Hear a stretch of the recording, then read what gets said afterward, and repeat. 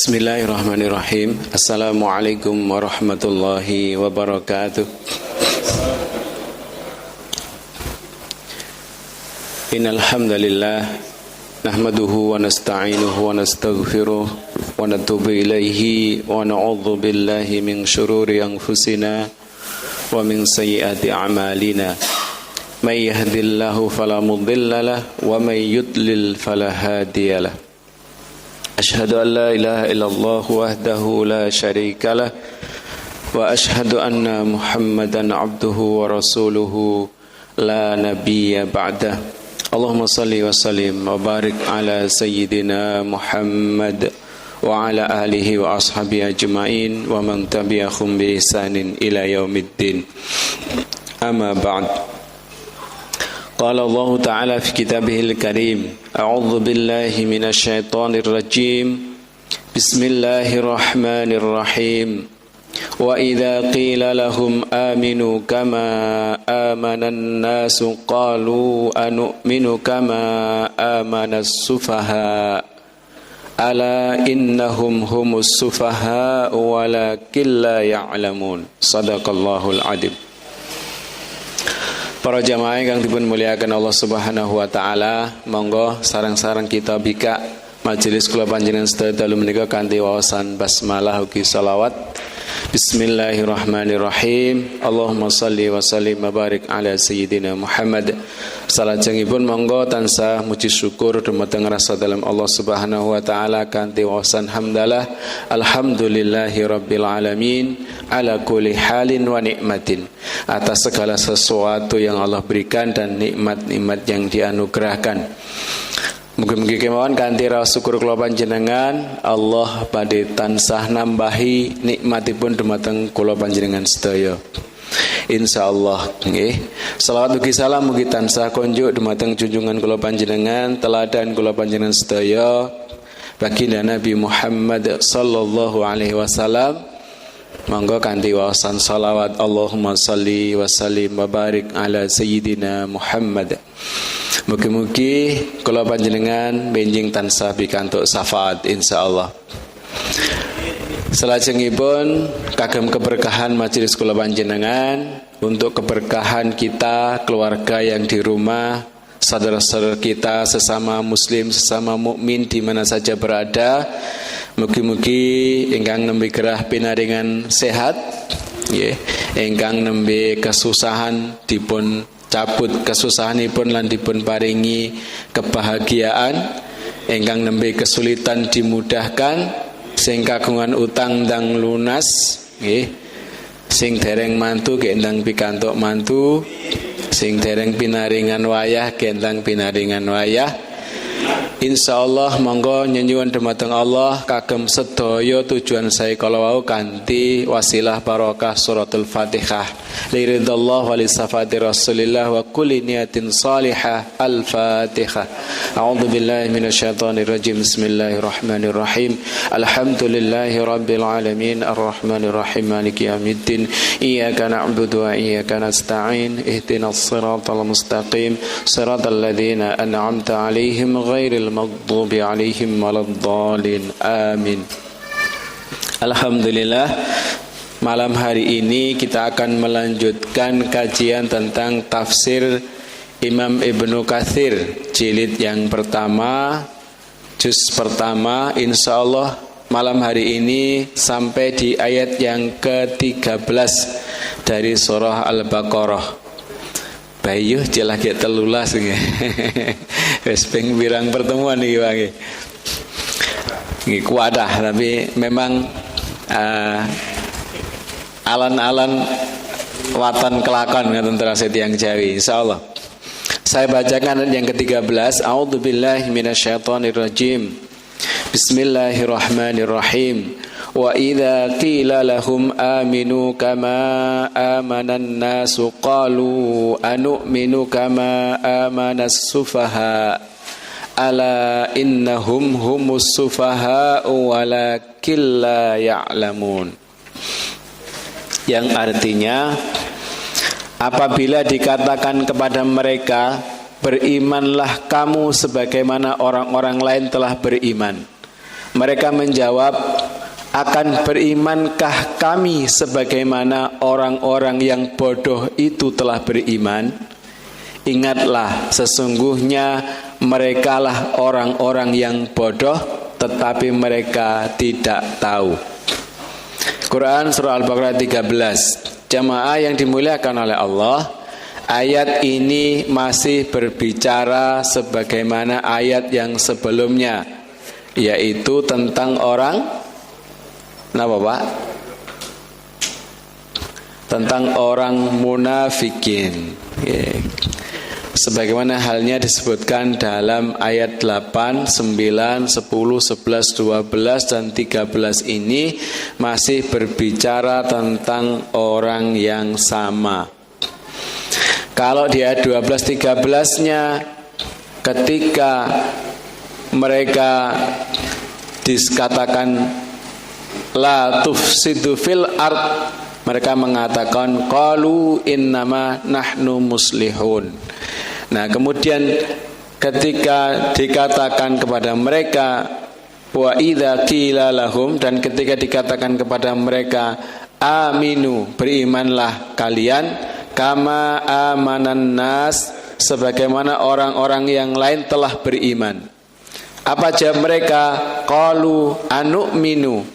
Mereka mengatakan, apakah kami akan beriman, atau akan berimankah kami kama amanas sufaha, sebagaimana orang-orang sufaha itu beriman. Nah, di sini ada beberapa hal yang perlu kita perhatikan. Allah Azza wa Jalla telah berfirman dengan wa idza qila lahum, apabila dikatakan kepada mereka. Siapa mereka? Orang-orang munafik. Apa dikatakan apa kepada mereka? Aminu, berimanlah kalian, atau berimanlah kamu, kama amanan nas, sebagaimana orang-orang lain telah beriman. Yaitu seperti orang-orang beriman kepada Allah Azza wa Jalla, beriman kepada para malaikat, kepada kitab-kitab, kepada rasul-rasul, kepada kebangkitan setelah mati, beriman kepada surga, neraka, dan hal-hal lainnya yang telah diberitahukan kepada orang-orang beriman. Dan taatilah Allah Azza wa Jalla dan Rasulnya dalam melaksanakan perintah-perintah serta meninggalkan larangan-larangannya. Jadi orang beriman itu telah beriman kepada semua ini. Beriman, mengimani rukun iman yang 6. Mereka telah meyakini itu semua. Mereka menjalankan apa yang diperintahkan oleh Allah karena keimanannya. Siapa mereka? Mereka adalah para sahabat Rasulullah Sallallahu Alaihi Wasallam dan orang-orang mukmin lainnya yang bersama dengan mereka. Jadi orang munafik ini diperintahkan untuk beriman sebagaimana mereka beriman. Tapi apa jawaban mereka? Anu'minu kama amana sufaha. Nek basa Jawane kira-kira ngeten, Pak. Mosok aku kon iman kaya wong bodoh-bodoh kuwi, begitu. Nggih. Anu'minu kama amana sufaha, akan berimankah kami sebagaimana orang-orang yang bodoh itu telah beriman?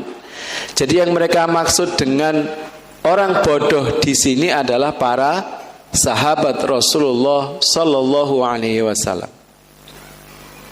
Jadi mereka menganggap orang yang beriman kepada Allah, beriman kepada malaikat, beriman kepada kitab-kitab, beriman kepada rasul-rasul termasuk baginda Nabi Muhammad sallallahu alaihi wasallam, beriman kepada hari kebangkitan, beriman kepada surga dan neraka, dan beriman kepada segala sesuatu yang telah dikabarkan oleh Allah kepada mereka melalui Rasulnya, itu mereka anggap sebagai orang yang bodoh. Nah, seperti itu. Jadi hampir semua ahli tafsir, para sahabat, mulai dari Abu Al-Aliyah As-Suddi, Ibnu Abbas, Ibnu Mas'ud, dan para sahabat lainnya berpendapat yang mereka maksud adalah para sahabat Rasulullah dan orang-orang beriman yang bersama dengan mereka. Jadi seruan, perintah untuk beriman kepada orang-orang yang munafik ini, untuk beriman yang benar, maksudnya beriman dengan keimanan yang sungguh-sungguh seperti yang sudah dialami dan dilakukan oleh para sahabat dan kaum mukminin. Justru jawaban mereka adalah anu'minu kama amanas sufaha, akan berimankah kami sebagaimana orang-orang yang bodoh itu telah beriman? Secara zahir mereka mengatakan, apakah kami dan mereka harus satu derajat dan dalam satu jalan, kata mereka. Padahal mereka orang-orang yang bodoh. Jadi as-sufaha itu bentuk jamak dari safih, ya. Jadi sufaha itu bentuk jamak dari safih. Nah, safih ini artinya orang yang bodoh, lemah akalnya, dan sedikit pengetahuannya mengenai apa yang bermanfaat dan berbahaya bagi dirinya. Jadi kata yang digunakan oleh Allah dalam kalimat ini dan dipakai oleh orang-orang munafik untuk mastani para sahabat itu adalah kata syafih, yang artinya dalam bahasa Arab itu bisa berarti orang yang bodoh, bisa berarti orang yang lemah akalnya. Lemah akalnya ini bisa karena mungkin dianggap yang Jawi kurang akal, dan sedikit pengetahuannya mengenai apa? Mengenai apa yang bermanfaat dan berbahaya bagi dirinya.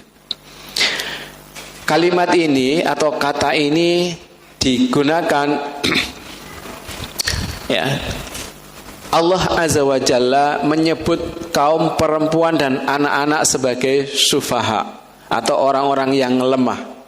Dalam firman-Nya, a'udzubillahi minasyaitonirrajim, wala tu'tus sufaha'a amwalakumul lati ja'alallahu lakum qiyama.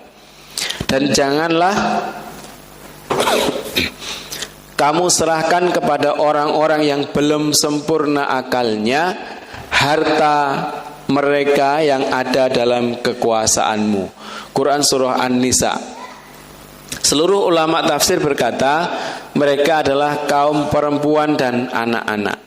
Jadi ketika ada anak yatim piatu yang hartanya ada dalam penguasaan kita, jadi misalnya ditinggalkan oleh kedua orang tuanya dan masih anak, jadi belum balik, masih belum tahu, belum bisa mengelola harta peninggalan orang tuanya, maka justru oleh Allah tidak boleh diserahkan kepada mereka, tapi harus dijaga, harus dikelola supaya harta ini aman, selamat sampai kemudian mereka dewasa, sampai mereka mampu untuk menerima harta itu.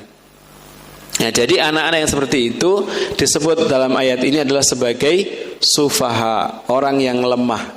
Nah, ini pula yang dipakai oleh orang munafik untuk sebutannya kepada para sahabat dan orang-orang beriman. Kemudian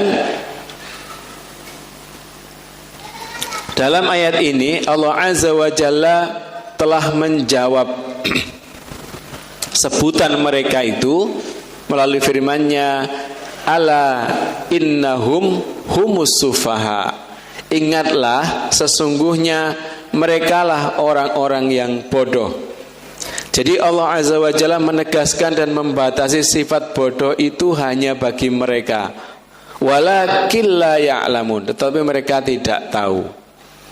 Yaitu diantara kebodohan mereka yang sempurna adalah mereka tidak menyadari keadaan mereka sendiri yang sedang berada dalam kesesatan dan kebodohan.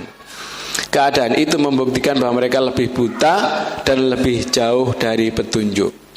Jadi sebutan mereka sufaha kepada sahabat dan orang-orang mukmin tadi itu dikembalikan oleh Allah kepada mereka. Dan mereka lah sesungguhnya orang-orang yang berada dalam kebodohan yang nyata. Kenapa? Karena mereka tidak menyadari kondisi diri mereka. Nggih. Jadi tiang bodoh niku nek ngarani wong liya bodoh niku pun biasa. Nggih. Karena dia tidak sadar dengan kebodohan dirinya sendiri.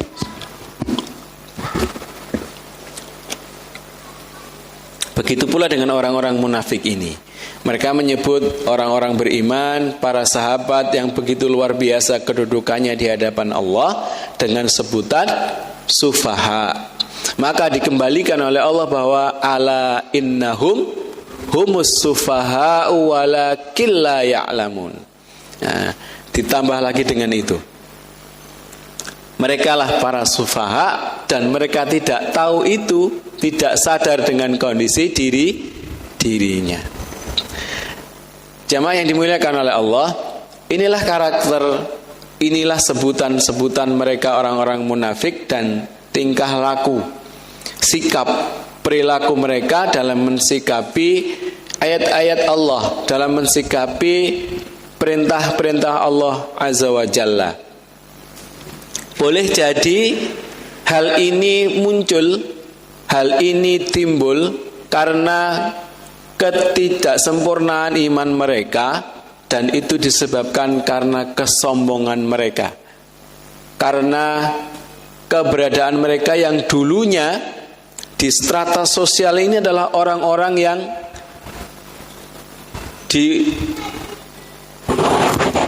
ditokohkan, para pemimpin kaum, sehingga mereka enggan menerima keimanan yang benar kepada Allah itu karena mereka merasa kalau saya nanti beriman kepada Allah, terutama kepada Nabi Muhammad SAW, mereka akan kehilangan kedudukan dan kehormatan dirinya di tengah-tengah masyarakat. Begitupun yang terjadi ketika di Makkah Al-Mukarramah, para pembesar-pembesar Mekah itu enggan beriman karena mereka merasa sebagai tokoh-tokoh masyarakat. Jadi kalau sekarang ada istilah sindrom apa Pak? Power syndrome, ya, sindrom kekuatan, sindrom kekuasaan. Nah ini begitu pula dulu orang-orang kafir dan orang-orang munafik itu terkena itu. Yang sebelumnya mereka adalah pemimpin-pemimpin kabilah, mereka pemimpin-pemimpin kaumnya, merasa kalau nanti saya beriman dengan benar, saya akan kehilangan semua itu. Padahal sesungguhnya tidak. Sesungguhnya tidak. Nah ini perlu menjadi perhatian kita, bahwa ketika kita beriman kepada Allah, kita harus benar-benar beriman dengan keimanan yang dalam, keimanan yang sesungguhnya, keimanan yang kalau dalam bahasa ilmu kita belajar istilah iman itu ada yang namanya iman yang amik, iman yang mendalam, dan iman yang namik, iman yang tumbuh, yang akhirnya akan menjadi warna dalam kehidupan keseharian kita, sehingga kemudian kita seperti yang disebut oleh Allah dengan sebutan sibghatallah, celupan Allah. Waman ahsanu minallahi sibghah, dan siapakah yang lebih baik celupannya daripada celupan Allah. Jadi orang yang imannya dalam, menjadi warna dalam kehidupannya, menjadi perilaku dalam kesehariannya, itu ibarat orang yang sudah dicelup oleh Allah dengan iman. Kalau riyen zaman kalau alit niku enten istilahnya winter niku Pak. Jadi kalau pakaian sudah meladus niku diwarnai lagi, ya niku dicelup dengan warna. Nah, dan Allah menyebutkan sibghah itu seperti itu, terwarnai seluruhnya dengan warna dari Allah Subhanahu wa taala. Dan Allah menyebutkan waman ahsanu minallahi sibghah, dan siapakah yang lebih baik celupannya daripada Allah Subhanahu wa taala? Tentu saja tidak ada. Nah, itulah keimanan yang harus kita tumbuhkan, ya. Keimanan itu sejalan dengan akal. Keimanan itu akan menguatkan logika. Ya, karenanya kita bisa melihat betapa Allah Azza wa Jalla menurunkan ayat-ayat Al-Quran kepada kita itu, termasuk salah satu kemukjizatan Al-Quran itu adalah keindahan tata bahasanya. Keindahan tata bahasanya. Maka Allah menantang kepada orang yang kafir itu, buatlah semisal Al-Quran itu, ya. Datangkan seluruh ahli-ahlimu, datangkan seluruh pujangga-pujanggamu, kira-kira begitu, untuk membuat satu ayat saja yang semisal dengan Al-Quran. Maka tidak akan pernah bisa. Jadi dulu para jamaah yang dimuliakan oleh Allah, orang-orang kafir Quraisy, para pembesar-pembesar ini mendengar ayat Allah bahwa Nabi Muhammad diutus oleh Allah dengan membawa ayat-ayat Al-Quran, itu sebenarnya juga penasaran. Mereka mengutus salah seorang yang paling ahli di antara mereka dalam syair, dalam tata bahasa, dalam kosakata, untuk mendengarkan apa yang disampaikan oleh baginda Nabi. Mungkinkah atau apakah mungkin Muhammad itu bisa membuat syair seperti itu? Gitu. Karena itu dianggap syair buatan Nabi. Gitu. Berangkat dia mendengarkan apa yang disampaikan oleh baginda Nabi, dan dia tergopoh-gopoh kembali kepada para pembesar Quraisy dengan mengatakan, ini bukan kalimat manusia. Jadi seperti itu. Tapi begitu pun juga mereka belum juga beriman, gitu. Karena memang ya tadi itu kesombongan. Jadi kesombongan itu, definisi sombong itu adalah bu'dul haq, ya, menolak kebenaran, wa ghamtun nas, dan merendahkan orang lain. Itu definisi sombong, ya. Jadi orang sombong itu yang menolak kebenaran dari Allah Subhanahu wa taala dan orang yang menganggap rendah orang lain. Nah, kita lanjutkan jamaah yang dimuliakan oleh Allah ke ayat berikutnya 14 dan 15. Ini masih juga berbicara dengan tentang orang yang sama. Kalau tadi dikatakan wa idza qila lahum aminu, kemudian di sini Allah menjelaskan karakter mereka ini. A'udzubillahi minasyaitonirrajim. Bismillahirrahmanirrahim. Wa idza laqul ladina amanu qalu amanna wa idza khalau ila syayatinihim qalu inna ma'akum innama nahnu mustahzi'un. Allahu yastahzi'u bihim wa yamudduhum fi tughyanihim ya'mahun. Dan bila mereka berjumpa dengan orang-orang yang beriman, mereka mengatakan kami telah beriman. Dan bila mereka kembali kepada setan-setan mereka, mereka mengatakan sesungguhnya kami sependirian dengan kamu. Kami hanyalah berolok-olok. Allah akan membalas olok-olokan mereka dan membiarkan mereka terombang-ambing dalam kesesatan. Jadi orang munafik itu tambah lagi perilaku mereka dikabarkan oleh Allah. Nah, kalau mereka bertemu dengan orang-orang yang mukmin, mereka mengatakan kami telah beriman. Nek bahasane lare-lare ini, kalau anak-anak kecil itu kalau ketemu dengan temannya, aku bolomu loh ya. Nah, apalagi kalau temannya membawa jajan, aku bolomu loh pokoknya. Nah, nanti ketemu yang ini ndak bolo sama itu, ketemu ini bawa jajan lagi, aku lu sajane gak bolo kae. Nah, begitu. Nah, ini perilaku mereka itu begitu. Dikabarkan oleh Allah, siasat untuk menyelamatkan diri, untuk menyembunyikan kekafiran mereka yang sesungguhnya. Maka ketika mereka kembali, wa idza khalau ila syayatinihim, kalau mereka kembali kepada setan-setan mereka, qalu inna ma'akum. Nah, sakjane aku panggah karo awakmu. Innama nahnu mustahzi'un. Ya, kami hanyalah berolok-olok. Jadi mereka ingin mengolok-olok orang beriman. Mereka merasa bisa menipu mereka, bisa membohongi mereka. Padahal kebohongan dan tipuan mereka dibuka dengan sangat telanjang oleh Allah Subhanahu wa taala melalui ayatnya. Ya. Jadi Allahu yastahzi'u bihim wa yamudduhum fi tughyanihim ya'mahun. Sudah begitu mereka dibiarkan oleh Allah terombang-ambing dalam kesesatan. Nah, jadi ini perilaku mereka. Nek pedhok wong mukmin ngomong iman, nek balik neng setan-setane, sinten setan-setan sing dimaksud? Setan-setan yang dimaksud ini adalah pemimpin-pemimpin mereka dalam kesesatan.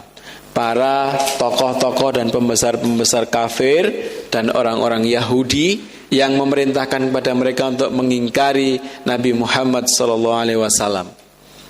Nah, jadi mereka ya ketemu orang mukmin, ya ketemu dengan mereka. Nah, ini begitu sangat jelas digambarkan oleh Allah perilaku mereka. Jadi mereka ini orang-orang yang penuh dengan tipu muslihat. Nah, mereka penuh dengan tipu muslihat. Nah, apabila orang-orang munafik ini bertemu dengan orang-orang mukmin, mereka mengatakan beriman. Tapi kalau kembali kepada setan-setannya, itu mengatakan mereka hanya guyonan, ya.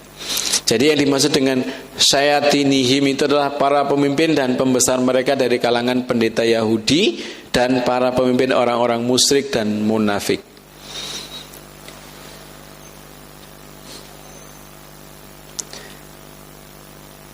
Sedangkan setan itu ada dari kalangan jin dan setan dari kalangan manusia. Jadi hampir semua ulama menyebutkan hal yang sama. Panjang penjelasannya, saya ringkas saja tadi itu, bahwa yang dimaksud dengan syayatin adalah pemimpin-pemimpin mereka dari kalangan pendeta Yahudi dan pemimpin musyrik serta munafik yang beserta dengan mereka. Sedangkan Ibnu Jarir rahimahullah berkata, syayatin adalah segala sesuatu yang menjadi pemimpinnya dalam kedurhakaan. Setan itu bisa dari kalangan manusia atau jin. Dari mana ini? Dari ayat Allah Subhanahu wa taala dalam Quran surah Al-An'am ayat 112. A'udzu billahi minasyaitonir rajim. Bismillahirrahmanirrahim. Wa kadzalika ja'alna likulli nabiyyin aduwan syayatinal insi wal jinni yuhi ba'duhum ila ba'din zukhrufal qawli ghurura. Dan demikianlah kami jadikan bagi tiap-tiap nabi itu musuh, yaitu setan-setan dari jenis manusia dan jenis jin. Sebagian mereka membisikkan kepada sebagian yang lain perkataan-perkataan yang indah-indah untuk menipu manusia. Jadi makanya kita berlindung kepada Allah minal jinnati wan nas, ya, dari jin, setan dari kalangan jin dan setan dari kalangan manusia. Makanya ada sebutannya setan das ireng. Nah, dan itu nyata sebagaimana ayat Allah ini. Siapa mereka? Mereka adalah yang selalu membisikkan, ya, tipu daya, membisikkan muslihat, membisikkan kata-kata indah untuk menipu manusia. Yeah. Isaiah 45. Jadi siapa saja yang melakukan bisikan-bisikan, perkataan-perkataan indah untuk menipu manusia agar jauh dari Allah Subhanahu wa taala, agar jauh dari kebenaran, agar jauh dari jalan yang diajarkan oleh baginda Nabi Muhammad SAW, maka itu adalah termasuk golongan setan. Nah, kita berlindung kepada Allah dari dua-duanya. Artinya berlindung jangan sampai kita digoda oleh mereka. Juga naudzubillah jangan sampai kita menjadi. Nah, ini bahaya. Gak sadar ngewajak kancane. Ora apa-apa sekali-kali. Nah, nggih. Itu bisikan-bisikan yang menipu. Dalam salah satu sabdanya baginda Nabi sallallahu alaihi wasallam, beliau bersabda, "Na'udzu billahi min syayatinil insi wal jinni." Faqultu, "Ya Rasul, au lil insani syayatin?" Qala, "Na'am." Kata baginda Nabi, kami berlindung kepada Allah dari setan-setan kalangan manusia dan jin. Mendengar itu para sahabat berkata, "Wahai Rasulullah, apakah ada setan dari kalangan manusia?" Beliau menjawab, "Iya." Nah, jadi memang ada. Ya, jadi karena itu kita diajarkan oleh Allah dan Rasul-Nya untuk menjauhi dan berlindung kepadanya dari hal ini. Nah, termasuk juga para ulama kemudian membuat syair-syair. Ya. Salah satu obat hati itu adalah wong kang soleh kumpul lono. Artinya berkumpullah dengan orang-orang soleh. Jangan berkumpul dengan orang-orang yang toleh. Toleh itu lawannya soleh. Ya, tidak boleh. Kalau sekedar ini Pak, sekedar itu Pak, ya sekedar itu ada batasannya. Sekedar. Sekedar kita tahu misalnya orang itu bukan dari kalangan orang soleh. Dari mana? Dari perilakunya, dari perbuatannya, dari karakternya setiap hari. Apakah boleh? Tidak boleh kita bergaul dengan mereka? Boleh, tetapi ada batasannya. Misalnya ketika ada orang meninggal kemudian sama-sama takziah, ya ora apa-apa lah awor. Tapi kalau mereka sedang itu berarti kan sedang melakukan dan menjalankan ketidaksolehannya, ya kita jangan bersama dengan mereka. Namung ningali tok niku Pak. Nggih. Namung ningali tok niku Pak. Nah ini tidak boleh. Hati-hati. Nggih. Karena ya itu berbahaya. Jadi ketika mereka sedang tidak soleh dalam berbagai bentuknya, kita hadir di situ, maka status kita berada di situ itu sama dengan mereka. Ya, karenanya kita harus menjaga diri kita sebisa mungkin untuk berhati-hati, ya, berhati-hati. Makanya doanya adalah na'udzubillahi min syayatinil insi wal jin. Ya. Aku berlindung atau kami berlindung kepada Allah dari setan-setan kalangan manusia dan kalangan jin. Nah, seperti itu.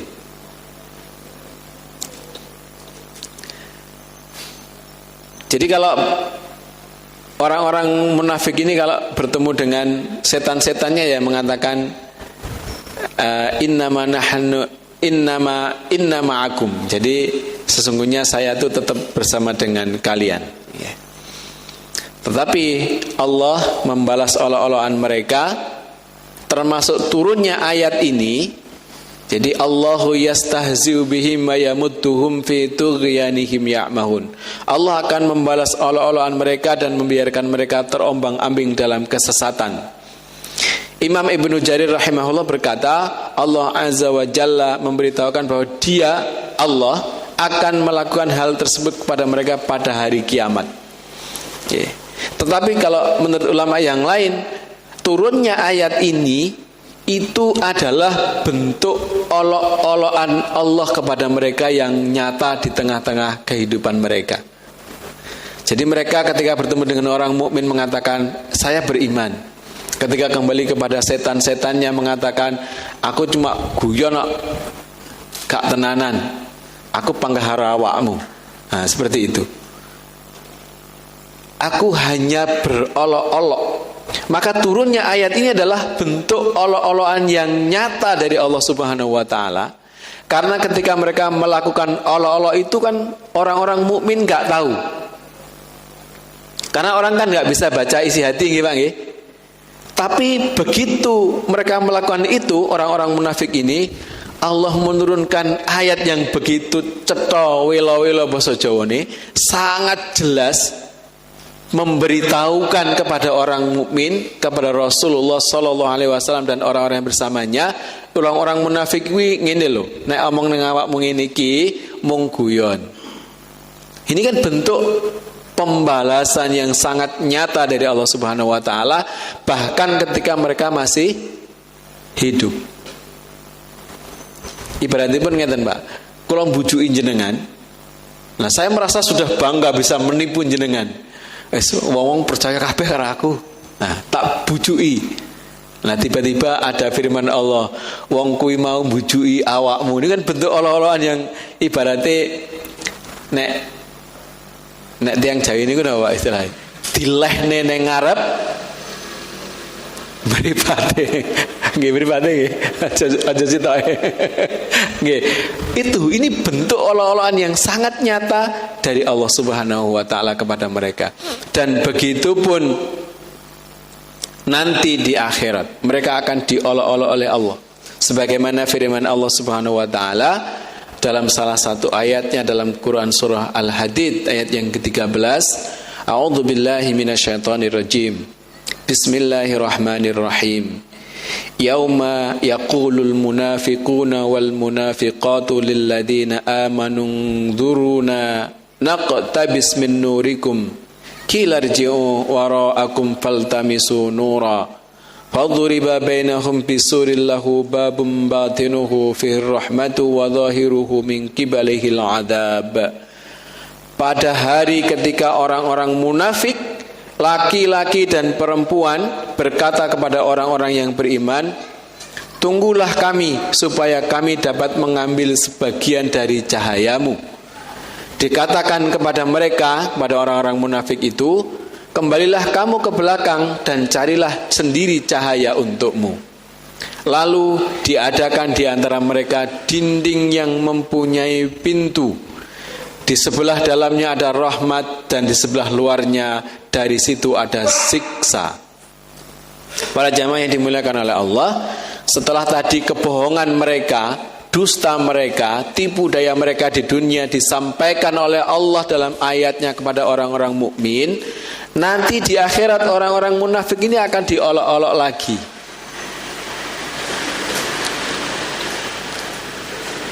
Salah satu keistimewaan orang yang beriman, ya, salah satu keistimewaan dari orang yang beriman, nanti di hari kiamat mereka akan diberi cahaya oleh Allah Subhanahu wa taala.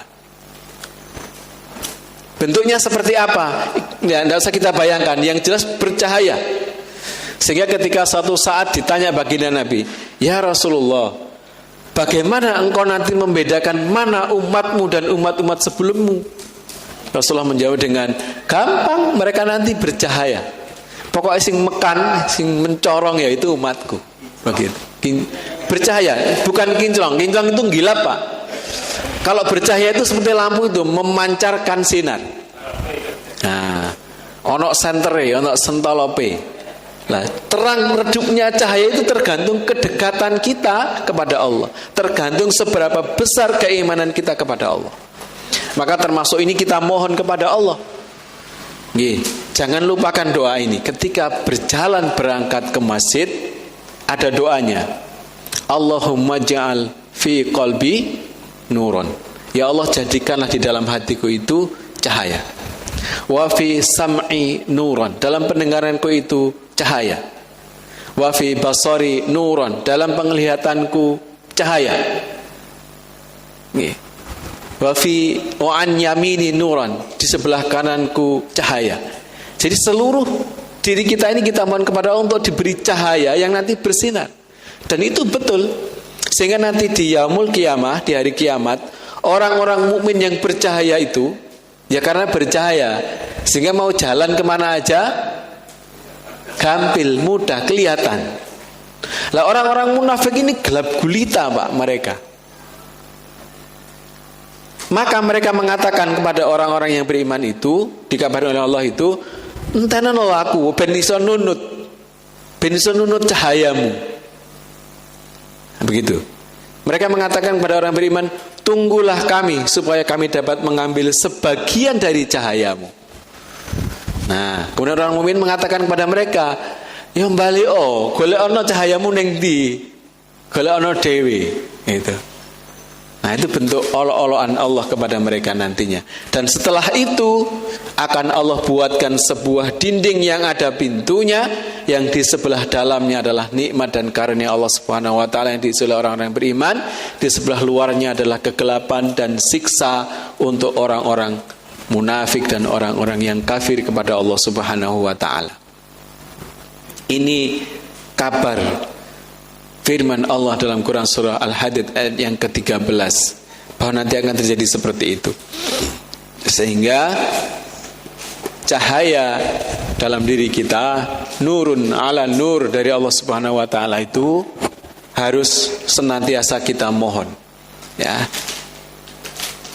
Apa lagi bentungannya nggih? Allahumma ij'al fi qalbi nuran wa fi sam'i nuran wa fi basari nuran wa an yamini nuran wa khalfi nuran. Ya. Bahkan sampai wa fi sya'ri nuran wa fi basyari nuran. Ya. Di kepala atau di rambutku itu juga cahaya, atau di atasku cahaya, dan di bawahku juga cahaya. Kapan doa itu dibaca? Ketika kita melangkahkan kaki kita menuju masjid. Jadi mulai dari keluar rumah, bismillahi tawakkaltu 'alallah la haula wala quwata illa billah. Terus masuk Allahumma ja'al fi qalbi nuran wa fi sam'i nuran wa fi basari nuran wa an yamini nuran wa fi khalfi nuran. Dan seterusnya sampai akhir. Terus kalau belum nyampe masjid, tinggal ditambah dengan istighfar atau dengan tasbih dan sebagainya. Sepanjang jalan, setiap langkah kita adalah kebaikan dan dihilangkannya keburukan. Begitu sampai pintu masjid berdoa. Doanya pripun, Pak? Masuk masjid. Allahumma gfirli waftahli abwaaba rahmatik. Ya Allah, ampunilah dosaku dan bukakanlah untukku pintu-pintu rahmatmu. Terus ditambah lagi dengan apa, Pak? Nawaitu i'tikaf taqarruban ilallah. Aku berniat i'tikaf untuk mendekatkan diri kepada Allah. Sehingga meskipun kita duduk di masjid hanya beberapa menit, kita dihitung punya niat i'tikaf. Nah, doa ini dihafalkan, diamalkan. Kebaikan yang ringan insya Allah akan menjadi, kalau dilakukan secara terus-menerus, menjadi kebaikan yang luar biasa bagi kita bersama. Demikian sekilas yang bisa saya sampaikan. Mudah-mudahan menjadi tambahan khasanah keilmuan kita bersama, menjadi bekal kita menghadap Allah Subhanahu wa taala. Dan marilah kita tutup dengan istighfar dan hamdalah serta doa penutup majelis. Alhamdulillahirabbil alamin. Astaghfirullahaladzim. Subhanakallahumma rabbana wa bihamdika asyhadu an la ilaha illa anta astaghfiruka wa atubu ilaik.